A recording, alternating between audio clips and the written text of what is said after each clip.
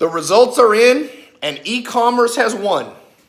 The results are in, and e-commerce is now officially past any other form of business. Those of you who built businesses around a brick and mortar model, I feel bad for you. You must pivot very quickly.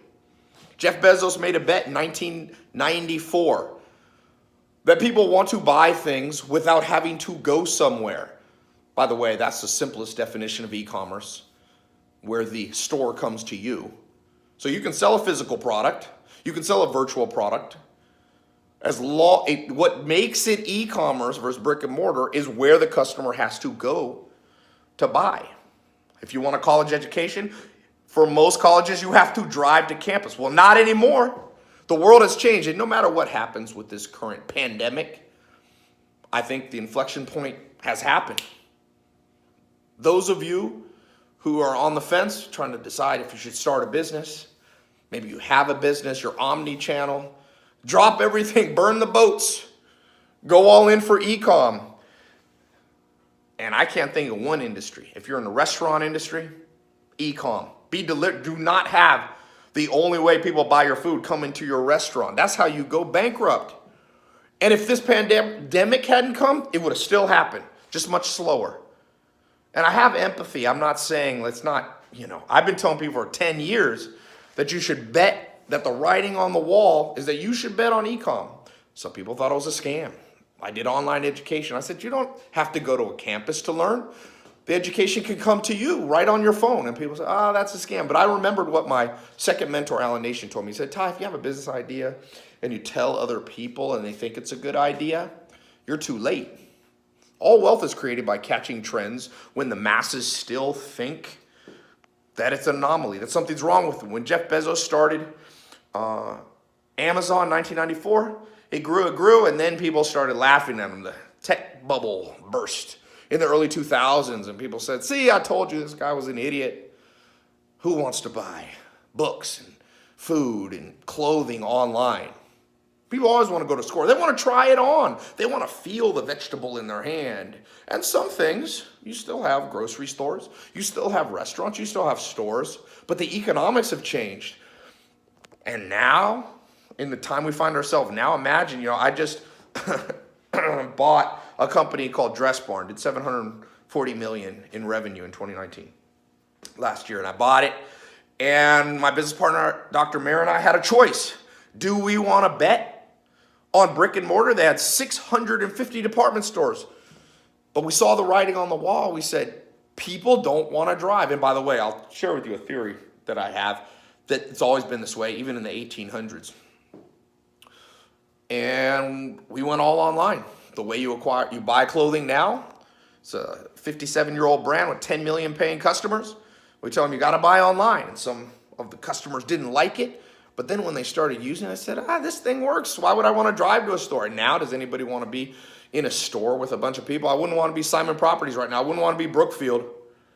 Imagine owning malls right now. You think people, even if this pandemic instantly clears up, you think people are going to, en masse, go in a closed room or a closed mall?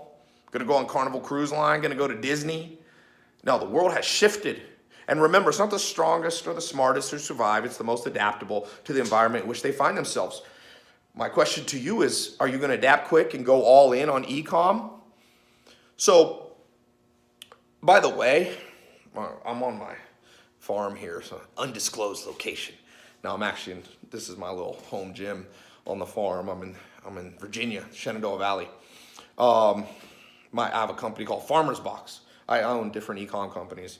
It's just doing amazingly well now, and because people want food delivered to their door. I don't know how long it'll do well for, but it's been interesting. No matter what happens with Farmer's Box, the writing is on the wall. A pandemic like this will probably come in the not too near future, and it will be a different kind. We have almost 8 billion people in the world. When my grandma was born, she's 102, she was born in 1918, February 1918. World War I was still going. World War I didn't end until November 11th at 11 a.m., 1918. World War I was going, she lived through World War II, she lived through the Depression, 1929, and she was German, so she lived through post-Treaty of Versailles, depression that happened in Germany. She grew up eating carrots 3 times a day. She said, Ty, your skin turns orange. When she came to the United States on a boat in 1939, she said, I went to a restaurant and the first time I've ever seen somebody get 2 eggs. My grandma came from a different time. She's lived through pandemics and recessions. And I think they'll accelerate now because when she lived, there was only around 1 to 1.2 billion people in the world. They didn't have the censuses, so nobody knows exactly. But the point being, they're going to accelerate now. They will accelerate now. We have too many people, or maybe you don't think it's too many, but I have a farm here. I have combined about 450 acres.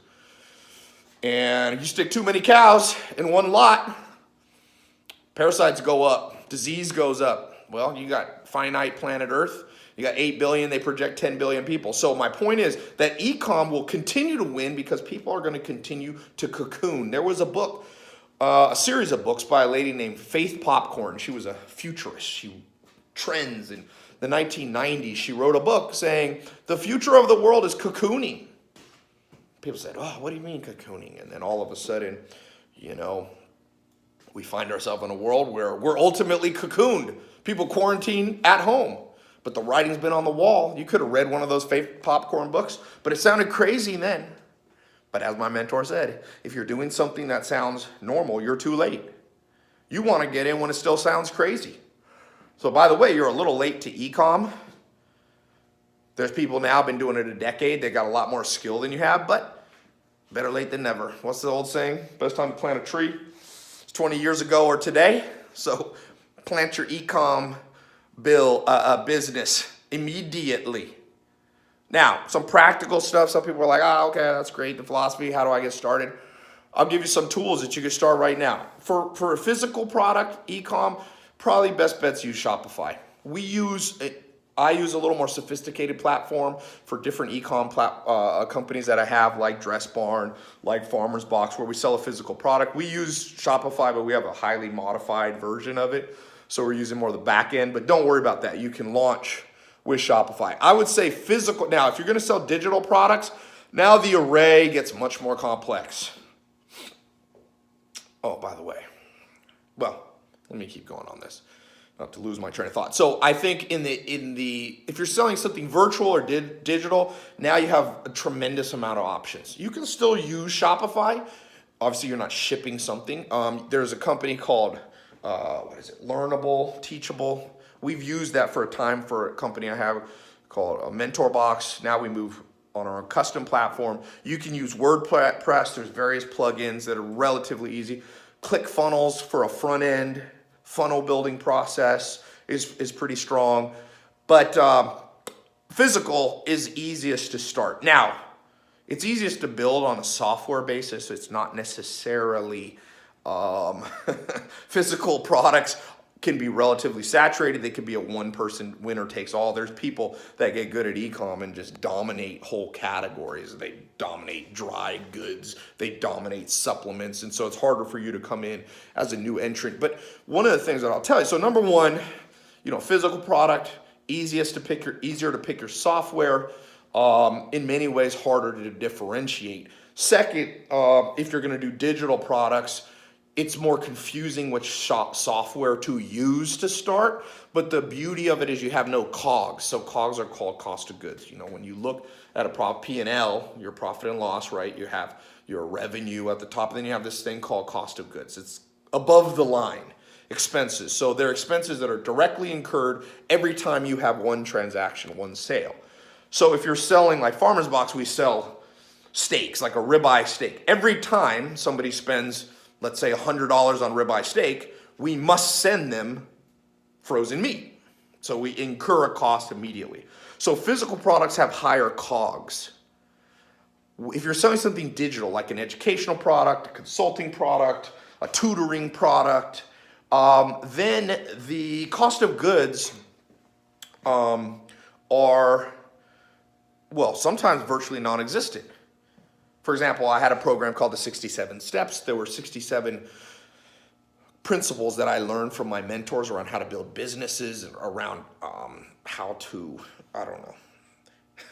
People defined it different ways. For me, it was how to think. It was a structure of a cognitive structure. And I built that, and I charged $67, $1 a lesson. And I had no cost of goods because it was video that people play. Maybe my cost of goods was a couple bucks. My main cost was customer acquisition on the marketing side, your CPA. But that's below the line. That's not COGS generally, unless you're using maybe affiliates. So the advantage, I guess number 3, of selling a physical product versus a virtual product, if you want to go all in on e-commerce, is that with a physical product, the con I just told you, you have cost of goods. The pros of physical products is people are less suspicious. You know, when I launched 67 Steps, people were like, this is like a scam, and blah, blah, blah. Why would people pay for online education? You could just go get a Harvard MBA and spend 60 grand and go to the campus and learn. And now people are like, Harvard's closed. So now everything's going to be like the 67 Steps. Bet on e-com early. And so, but the downside of a virtual product is people are more suspicious. And the upside of a physical product is people, if you're selling vacuum cleaners, people aren't like, this is a scam, unless you don't ship them to them. But you won't stay in business long with chargebacks if you sell vacuum cleaners and you don't deliver them. You know what I'm saying? So to me, you just weigh those two. For me, I build both. My solution is when I don't know what to do and there's 2 options, I just do both. That's almost always worked the best for me.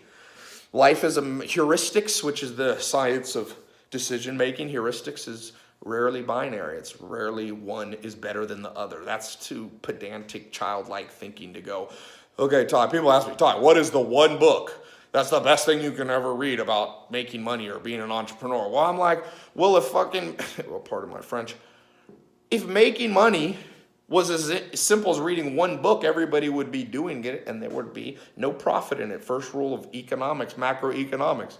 No profit exists in the long term because new entrants enter into the game and competition goes up and margins shrink. So, yeah, I guess what I'm trying to say is if you're not sure what to do, physical product or virtual product, flip a coin, start with one, and then roll the other one out after 6 to 12 months of stabilizing the first one. Do both.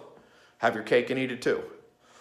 Now let's talk about some business ideas, because you might go, I need a business idea. Like, what's a business idea that I could do right now? Well, I will tell you what a guy I look up to, who was at my house not too long ago, a guy named Tillman Fertitta. Very qualified to give advice. He's on the Forbes list. He owns the Houston Rockets. I think he's worth $5 billion. He told me, Ty, good rule of thumb, if you don't know what to sell to the masses, not to the classes.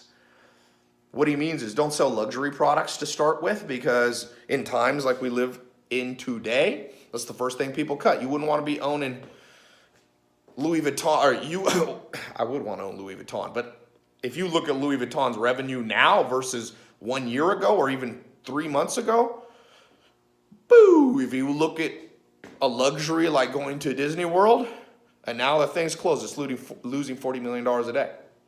So sell to the masses. Find the product that the masses use. Farmer's Box, we sell frozen meat. A lot of people eat frozen meat. In fact, almost all meat you get is frozen at some point when you get a steak or a chicken. So that's what we sell, and demand is relatively inelastic with the times. Meaning demand doesn't change based on there being a quarantine. If anything, it gets better. People need food, about the same amount of food as they did 3 months ago before coronavirus. So first tip I'd give you when trying to decide, sell something that goes to the masses. Right now is not a great time to sell a high-end premium product. You're just going to struggle. People tighten up the belts right now, okay? The second thing I would do, you want to sell something that you have a personal story around. In the world of personal branding and social media, it's like Kylie Jenner became the youngest billionaire because she sold makeup because she wore it all the time before she even thought of starting Kylie's, Kylie Cosmetics.